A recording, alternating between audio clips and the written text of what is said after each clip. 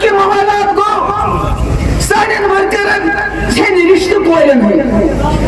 नए दोस्त शियो करन दबाना शिक्षक काफिर पटेल मुफ्ती साहब जमात कर खड़ा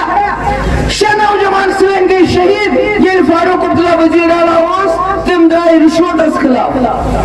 ये नेशनल कॉन्फ्रेंस बासो कांग्रेस बने मुतमैन ये मारे के सुन जाए फारूक साहब तुझ तरह कांग्रेस चंदा तम पत 20 ताम चंदा मज देना नेबर छपो नता कोकरनाग कांग्रेस सीट छना पता सही तम पे त्रो चंदस मज मगर यपट त्रावान सीट हपट तुलान नेशनल कॉन्फ्रेंस इंडिपेंडेंट कैंडिडेट क्या वजह ये मफामत उसूलन पे किया सिर्फ सीटन पे। अगर मुफ्ती साहब ने पीडीपी नहीं बनाई होती तो आज भी नेशनल कॉन्फ्रेंस वो तानाशाही के माहौल में इस वक्त भी काम कर रही होती जी। तो फ्रस्ट्रेटेड है, उनको पता है जो उन्होंने जम्मू कश्मीर में 5 साल पहले किया है, लोग बहुत गुस्से में हैं, लोग उनसे बहुत नाराज हैं और लोग जो हैं बैलेट का इस्तेमाल करके उनको जवाब देना चाहते हैं, इसलिए वो कुछ भी कह सकते हैं। तो आपने सुना ही होगा कि देवेंद्र राणा साहब ने क्या कहा कि जिस वक्त दिल्ली से बीजेपी के लोग हमारे दरवाजे पे खड़े थे 3 महीने की सरकार बनाओ,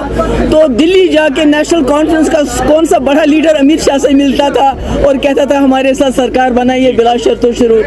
उसके बाद आज तक भी रात को जो गुलाम नबी आज़ाद साहब ने बयान दिया कि किस तरह नेशनल कॉन्फ्रेंस की लीडरशिप रात के अंधेरे में बीजेपी लीडरों से दिल्ली में मिलती है, तो अब मैं क्या कहूँ उसका।